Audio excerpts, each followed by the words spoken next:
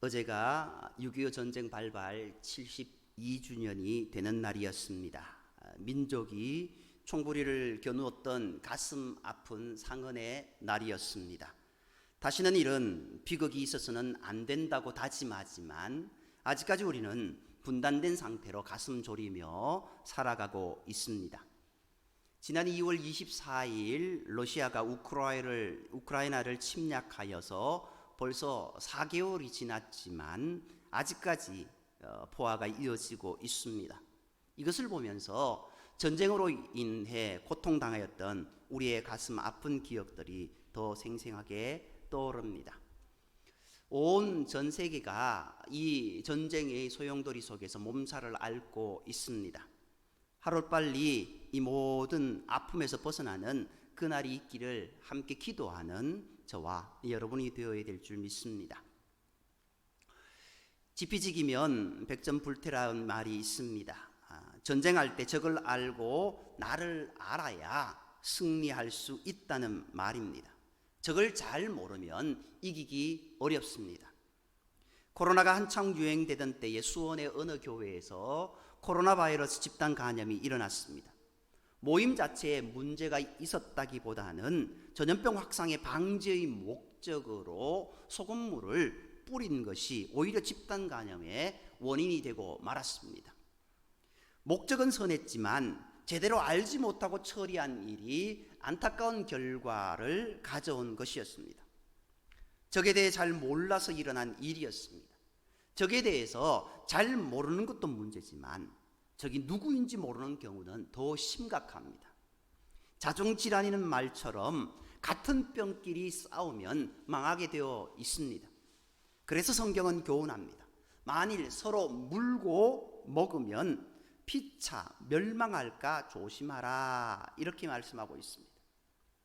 19세기 미국의 역사가이자 철학가였던 월트 런트는 문명사를 연구한 후에 거대 문명은 외부에 의해 정복당하기 전에 내부로부터 먼저 무너졌다라고 했습니다. 동지가 되어서 서로 힘을 합쳐야 하는데 서로 적으로 간주해서 싸우면 망하게 되는 겁니다. 대표적인 사례가 미디안 민족이었습니다. 기드온과 300 용사가 항아리를 깨뜨리고 나팔을 불며 소리를 질렀을 때 미디안 진영에서는 자정질환이 일어났습니다.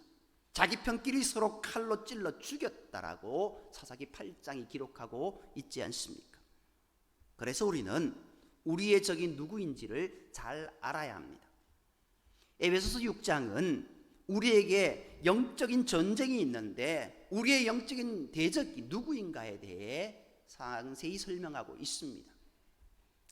6장 12절 말씀 우리 다시 한번 읽겠습니다. 12절입니다. 다 같이 함께 봉독하겠습니다. 우리의 씨름은 혈과 육을 상대하는 것이 아니요 통치자들과 권세들과 이 어둠의 세상 주관자들과 하늘에 있는 악의 영들을 상대함이라. 아멘. 이 구절에서 우선 우리의 대적이 아닌 것으로 혈과 육을 말하고 있습니다. 여기서 혈과 육이란 사람을 의미합니다. 사람을 구성하는 요소인 피와 살을 사용해 전체인 사람을 나타내는 표현법인데 이런 표현법을 가리켜서 대유법이라고 말합니다. 예를 들면 손이 모자란다라는 말에서 손이 일꾼을 나타내는 것과 같은 표현 방식입니다.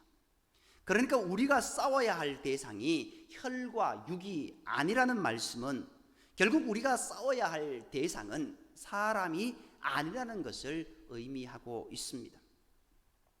이처럼 우리의 대적은 교회와 성도를 핍박하는 사람이 아닙니다.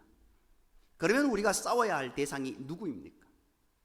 6장은 우리가 상대해야 할 대상이 통치자들과 권세자들과 이 어둠의 세상 주관자들과 하늘에 있는 악의 영들이다 라고 말하고 있습니다. 이 표현을 빌리자면 우리에게 네 종류의 대적이 있다는 것으로 생각할 수 있습니다. 통치자들, 권세자들, 어둠의 세상 주관자들, 하늘에 있는 악의 영들, 네 가지 종류입니다. 그런데 이 말씀은 그런 의미가 아닙니다. 오히려 한 가지 대적을 다양한 방법으로 중복해서 표현하는 그런 표현법입니다. 즉 우리가 싸워야 할 적이 하늘에 있는 영적인 존재인 악한 영인데, 그 영은 권세를 휘두르는 존재이고 세상을 통치하는 존재이고 이 어둠의 세상을 주관하는 존재라는 것입니다. 결론적으로 우리가 싸워야 할 영적인 대적은 사람이 아니라 악한 영, 즉 사탄이라는 겁니다. 안타깝게도 우리는 성경의 가르침과는 정반대로 사람을 우리의 대적으로 생각할 때가 많습니다. 신앙생활을 하는 것을 방해하는 사람들을 영적인 대적으로 생각하는 경우가 많다는 겁니다. 물론 그렇습니다만은, 그런데 본질적으로 들어가다 보면은 그것이 아니라는 겁니다. 초대교회 시절부터 교회는 핍박을 받아왔습니다. 제사장들과 서기관들은 성도들을 감옥에 가두고 그렇게 교회를 핍박했습니다. 교회를 핍박하는 사람들이야말로 우리의 영적인 대적이라고 생각하기 쉽습니다. 하지만 성경은 핍박하는 자들과 싸워 물리치라고 가르치지 않습니다. 사람은 우리의 영적인 대적이 아니기 때문입니다. 오히려 그들은 우리가 불쌍히 여겨야 할 대상입니다. 성경은 우리에게 너희를 박해하는 자를 축복하라, 축복하고 저주하지 말라라고까지 권면하고 있습니다. 또 산상수훈에서 예수님은 의를 위하여 박해를 받는 자는 복이 있나니 천국이 그들의 것임이라. 나로 말미암아 너희를 욕하고 박해하고 거짓으로 너희를 거슬러 모든 악한 말을 할 때 너희에게 복이 있나니 기뻐하고 즐거워하라. 하늘에서 너희의 상이 큼이라. 너희 전에 있던 선지자들도 이같이 박해하였느니라 라고 말씀하고 있습니다. 예수님께서 십자가에 못 박히시기 전에 겟세마네 동산에서 기도하셨습니다. 그 위에 군병들이 다가와서 예수님을 체포했지 않습니까? 그때 용기 있게 주님을 보호하려고 나선 사람이 있었습니다. 누굽니까? 수제자였던 베드로였지 않습니까? 그는 칼을 꺼내들고 제사장의 사환의 말고의 귀를 잘라버렸습니다. 왜 하필 귀를 잘랐을까요?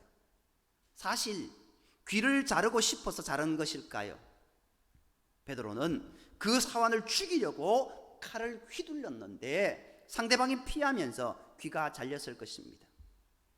그때 예수님께서 감동하시면서 진짜 내 제자는 너밖에 없다라고 말씀하셨습니까? 아니지 않습니까? 오히려 주님은 내 칼을 도로 칼집에 꽂아라. 칼을 가지는 자는 다 칼로 망하느니라. 너는 내가 내 아버지께 구하여 지금 12군단 더 되는 천사를 보내시게 할 수 없는 줄로 아느냐라고 호통하셨습니다. 우리의 신앙을 박해하는 사람들은 우리가 싸워서 물리쳐야 할 대적이 아닙니다. 오히려 불쌍히 여겨야 할 대상입니다. 예수님께서 십자가에서 아버지 저들을 사하여 주옵소서, 자기들이 하는 것을 알지 못하나이다 라고 간구하셨습니다. 스데반도 돌에 맞아 죽으면서 무릎을 꿇고 기도했습니다. 주여 이 죄를 그들에게 돌리지 마옵소서 라고 순교했지 않습니까? 우리의 대적은 악한 생각을 부추기는 악한 영입니다. 악한 영은 우리 마음속에서 활동합니다. 그러니까 우리의 대적은 우리 밖에 있는 것이 아니라 우리 안에 있습니다. 악한 영은 우리 안에서 악한 생각을 부추깁니다. 미워하는 마음을 부추기고 탐욕스러운 마음을 갖게 하고 음란한 생각이 들게 하고 편을 가르게 하고 다른 사람을 왕따시키는 마음을 부추깁니다. 내 속에서 분노하도록 충동하고 시기와 질투심을 자극할 뿐 아니라 무서워하고 두려운 마음을 갖게 하고 열등감에 빠지게 하고 교만하고 교만한 마음을 가지게 합니다. 무엇보다도 사람을 적대시하게 만듭니다. 이런 생각을 부추기는 악한 영이 우리의 진짜 대적입니다. 그런데 문제는 그것이 대적인 줄 모른다라는 데 있습니다. 그리고 자꾸만 그러한 대적에게 끌려다닙니다.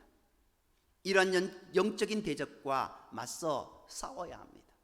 그 싸움에 대해서 오늘 6장은 이야기합니다. 그러한 대적과 싸우기 위해 영적인 무장을 하라고 먼저 가르치고 있습니다. 13절에서 17절 말씀, 그 영적인 무장 하나님의 전신갑주를 취하라. 이는 악한 날에 너희가 능히 대적하고 모든 일을 행한 후에 서기 위함이라. 우리가 하나님의 전신갑주를 입고 믿음으로 굳게 서 있어야 되는데 쓰러지고 자빠지고 그렇게 패배하는 인생이 되어서는 안 된다라는 겁니다. 그런즉 서서 진리로 너희 허리띠를 띠고 의의 호심경을 붙이고 평안의 복음이 준비한 신을 신고 모든 것 위에 믿음의 방패를 가지고 이로써 능히 악한 자의 모든 불화살을 소멸하고 구원의 투구와 성령의 검 곧 하나님의 말씀을 가지라 라고 말씀하고 있습니다. 이 말씀을 해석할 필요는 없는 것 같습니다. 너무나도 분명한 말씀입니다. 우리는 영적인 싸움을 하기 위해 하나님의 전신갑주를 입어야 됩니다. 군인이 군복을 입고 그리고 무장을 했는 것처럼 우리도 하나님의 무장 방법을 통하여서 무장해야 됩니다. 진리와 믿음과 의와 평화의 복음과 하나님의 말씀으로 무장해야 합니다. 이 가운데 무엇보다도 중요한 것 하나님의 말씀입니다. 예수님도 공생애를 시작하실 때 하나님의 말씀으로 사탄을 물리치셨지 않습니까? 악한 영이 우리로 하여금 죄를 짓도록 유혹할 때 하나님의 말씀을 떠올리고 말씀으로 악의 소욕을 물리쳐야 합니다. 이게 우리가 싸워야 할 영적인 전쟁인 겁니다. 그러면 악한 영은 우리를 어떻게 무너뜨립니까? 평화를 추구하는 자가 복이 있는 것이고 평화를 추구하는 사람이 하나님의 자녀들이라고 불릴 것인데 안타깝게도 우리는 평화를 추구하는 선택을 하지 않습니다. 누군가 신앙을 방해하거나 교회를 핍박하는 것 같으면 찾아가서 항의하고 따집니다. 그래서 교회의 권리를 찾아내는 것이 하나님께 헌신하는 것이라고 착각합니다. 지금 이 시대는 교회가 부당하게 비난을 받고 피해를 당하는 시대입니다. 언론은 마치 교회가 모든 문제의 근원인 양 떠들어대고 있습니다. 그래서 사람들의 분노가 교회를 창하도록 만들었습니다. 정부는 교회를 부당하게 탄압하는 것처럼 보였습니다. 반기독교적인 운동들이 활개를 치는 것 같고 정부는 반기독교적 세력에 점령당한 것처럼 보였습니다. 이때 많은 사람들이 교회를 대적하는 세력과 싸워서 승리를 쟁취하는 것이야말로 진정한 헌신이라고 생각했습니다. 전도의 자유를 막는 것처럼 보이는 것이 있다면 무슨 방법을 써서라도 막아내려고 합니다. 교회가 피해를 당하는 것을 막기 위해 영적인 전사가 됩니다. 그런데 과연 그것이 주님의 방법일까요? 놀랍게도 예수님은 내 칼을 도로 칼집에 꽂으라 라고 말씀하셨습니다. 베드로는 예수님을 보호하려고 했습니다. 그런데 예수님은 그 행동을 칭찬하지 않으셨습니다. 악한 영은 우리가 정당성을 확보할 때 폭군이 되라고 부추깁니다. 내가 정당하니까 화를 내도 괜찮고 폭력을 써도 괜찮고 갑질을 해도 괜찮다고 부추깁니다. 내가 정의를 위한다고 생각하는 순간 상대방을 향해 폭력을 휘두르게 되어 있습니다. 그래서 자녀가 잘못한 것을 고치기 위해 화내고 폭력을 휘두르며 교육하다가 결국 비극적인 결말을 맞이하기도 합니다. 이것이 바로 영적인 대적 마귀가 우리로 하여금 악을 행하게 만드는 방식입니다. 성경은 분명하게 가르칩니다. 야고보서 1장 20절 말씀에 사람이 성내는 것이 하나님의 의를 이루지 못한다라고 말씀하고 있습니다. 그런데 우리는 성을 내야 하나님을 위해 교회를 보호할 수 있고 정의를 지킬 수 있다고 생각합니다. 그것은 사탄이 우리 속에서 우리를 영적으로 넘어뜨리려고 하는 그런 생각입니다. 우리는 내가 옳다고 생각하는 순간 악마가 됩니다. 갑질과 폭력은 정의를 위한다는 명분 하에서 자행되는 것입니다. 교회 내에서 정의를 위해 두 파로 나뉘어 서로 싸우는 경우가 많습니다. 상대방 측을 사탄으로 규정하고 그런 영적인 대적들로부터 교회를 지키는 것이야말로 하나님께서 원하시는 것이라고 생각하며 싸웁니다. 결국 교회는 큰 나락으로 떨어지는 모습을 보게 됩니다. 상대방은 사탄의 무리이니 그들과 싸우는 것은 정당하고 무슨 방법을 써서라도 그 싸움에서 이기려고 합니다. 교회의 분쟁을 재판정에 가지고 가지 말라는 교훈이 기록된 성경은 헌신분지 조각처럼 취급해버립니다. 영적인 대적과 싸워 이기는 것이 하나님을 위한 길이라고 생각하기 때문입니다. 하지만 그것은 베드로의 생각이었고 그 생각을 주님께서는 인정하지 않으셨습니다. 사실 그것은 하나님의 뜻을 정면으로 배척하는 행위였습니다. 사실 그것은 샬롬을 위해 부르신 주님의 부름을 정면으로 대적하는 길입니다. 그리고 그것은 선한 목적으로 위장해 우리를 무너뜨리려는 악한 영의 공격에 무참히 패하는 것입니다. 우리는 인자함, 온유함, 사랑, 포용, 너그러움과 같은 평화를 추구해야 됩니다. 그게 하나님께서 원하시는 것입니다. 왜 우리는 평화를 추구해야 합니까? 그 이유는 평화의 길이 바로 주님께서 가신 길이었기 때문입니다. 하나님께서는 우리가 하나님의 원수였을 때에 우리를 공격하지 않으셨습니다. 우리를 대적하지 않으셨습니다. 오히려 우리를 위해 그 아들을 내어주셨습니다. 주님으로부터 한없는 용서를 받은 자이기에 우리는 우리를 박해하는 자들을 보면서 원수를 갚지 말아야 됩니다. 로마서 12장 17절 이하의 말씀에 아무에게도 악을 악으로 갚지 말고 모든 사람 앞에서 선한 일을 도모하라. 할 수 있거든 너희로서는 모든 사람과 더불어 화목하라. 내 사랑하는 자들아, 너희가 친히 원수를 갚지 말고 하나님의 진노하심에 맡기라 라고 말씀하고 있습니다. 이 말씀을 기억하며 평화의 길을 걸어가야 됩니다. 아무리 좋은 명분이라도 우리로 하여금 분쟁을 일으키고 원수를 갚게 하려는 사탄의 유혹을 물리쳐야 합니다. 주여, 나를 평화의 도구로 사용하소서 하여 주소서라고 기도했던 성 프란체스카의 기도가 우리의 기도가 되어야 하는 겁니다. 오늘 말씀을 정리합니다. 우리의 싸움은 영적 전쟁입니다. 이 영적 전쟁은 죄와 사망의 권세가 장악하고 있는 이 세상을 살아가는 성도가 매일 치러야 하는 거룩한 전쟁입니다. 우리는 이 땅에 살면서 끊임없는 영적 전쟁을 치릅니다. 우리 눈에 보이는 세상의 일들은 보이지 않는 영역에서 일어나는 무서운 전쟁의 결과입니다. 영적 전쟁에 대해 먼저 알아야 할 것은 마귀에 관한 두 가지 극단적인 접근을 주의해야 한다는 겁니다. 우리는 마귀는 없다라는 접근과 모든 것이 마귀의 역사로 몰고 가는 양극단을 피하고 균형을 유지해야 됩니다. 성경에 입각한 정확한 이해가 필요합니다. 하나님이 주신 무기와 능력으로 영적 전쟁에서 승리해야 합니다. 그리고 하나님의 자녀인 우리가 맞서야 할 적은 정확히 누구인가라는 겁니다. 즉 영적 전쟁의 대상을 아는 겁니다. 먼저 우리의 싸움은 혈과 육에 대한 것이 아니라는 겁니다. 우리의 적이 사람이 아니라는 말입니다. 전쟁에서 승리하기 위해서는 적의 하수인보다 뒤에 조종 세력을 찾아내서 제거하는 것이 더 중요합니다. 이 악한 영 사단은 인간을 유혹해서 죄를 짓게 만들었습니다. 그러나 그 상황은 사탄의 생각과 정반대로 뒤집어졌습니다. 주님이 죽음을 이기고 부활하셔서 누구든지 십자가의 주님을 믿기만 하면 영원한 생명을 얻게 된 겁니다. 이제 사탄의 세력은 마지막 날에 예수님의 최후 심판을 받게 되어 있습니다. 저 무서운 영원한 무적행으로 던져져서 비참한 최후를 맞이할 것입니다.